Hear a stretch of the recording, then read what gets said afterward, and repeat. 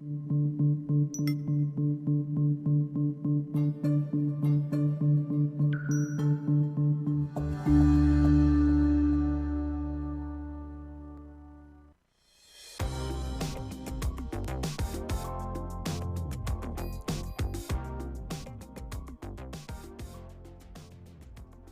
right, welcome to the Jeff Crilley Show. I am excited to have Timothy Doty with me. He is the principal of a Legacy Financial and Insurance Group. Is that right? That is correct, Jeff. Thank you for having me today. Absolutely. And we've known each other for a couple years now. We're both on the board, the membership board of Glen Eagles Country Club, and just an all-around great guy. I can't say enough about him, so I wanted to have him on the show so my viewers could meet him.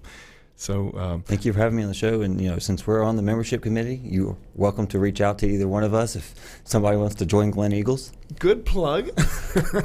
Way to go.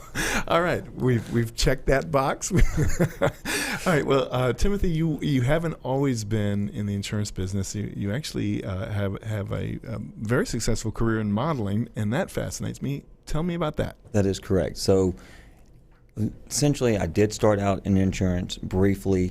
And I had an opportunity to go up to New York City. Everyone always suggested that I should model. So I actually decided, all right, I'm going to go to New York City, go see some agencies. Brutal experience. But one agency sent me on a cattle call casting, pretty much, for Champion Sportswear. Next thing I know, I was flying up back a week later, and I booked a big underwear campaign.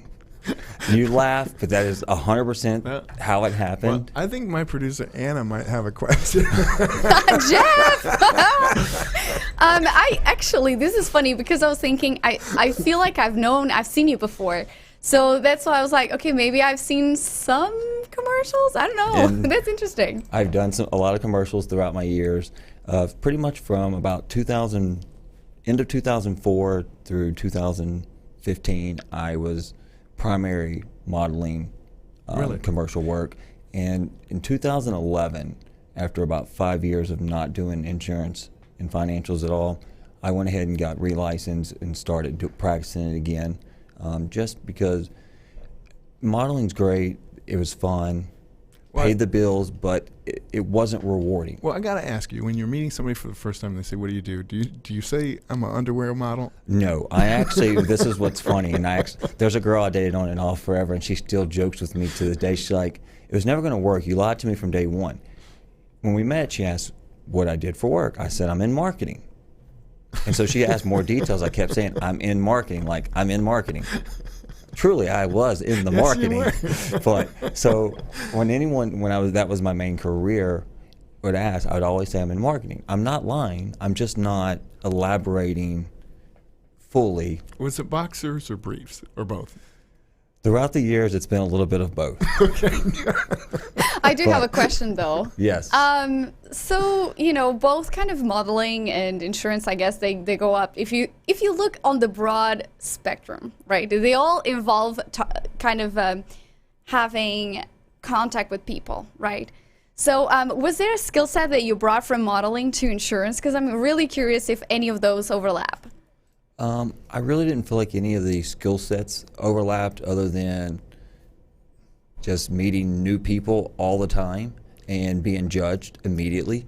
Yep. So I guess, this skill set was you had to be on point first impression, because, your first impression when you're going to meet a client or you're on the phone with a client for something that's going to be an insurance or financial product, your first impression is how they're going to perceive you.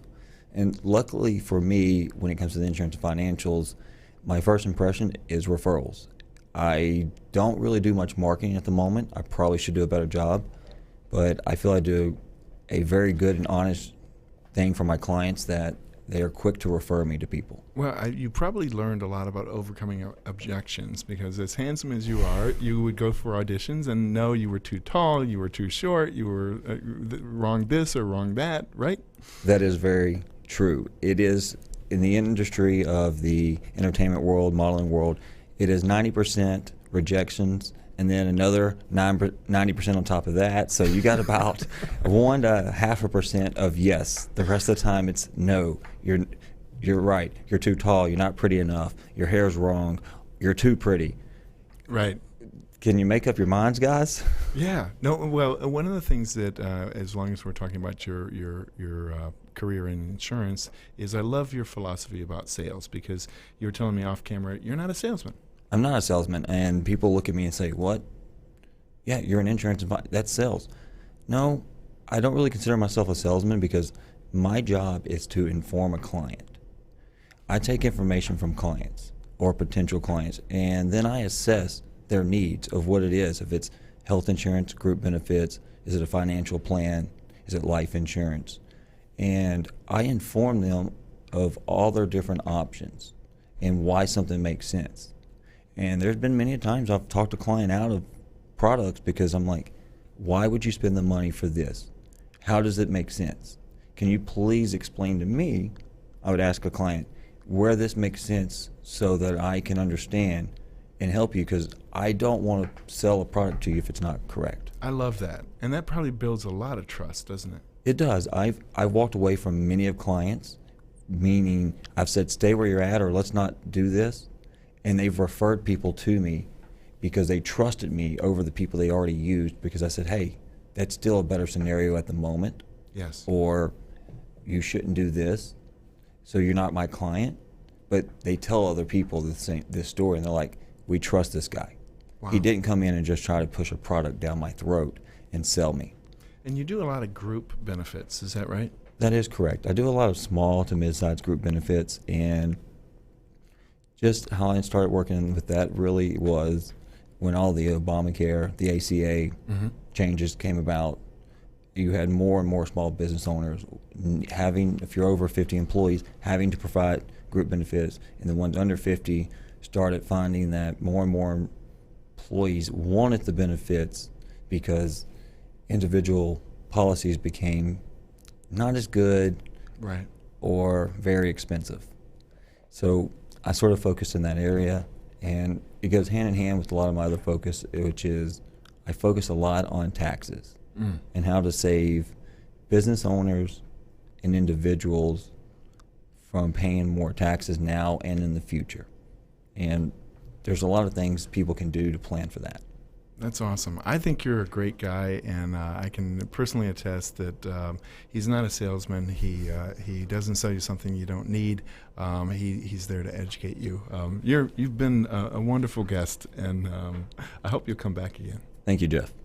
Well, that's been it from the Jeff Crilley Show, and we'll see you next time.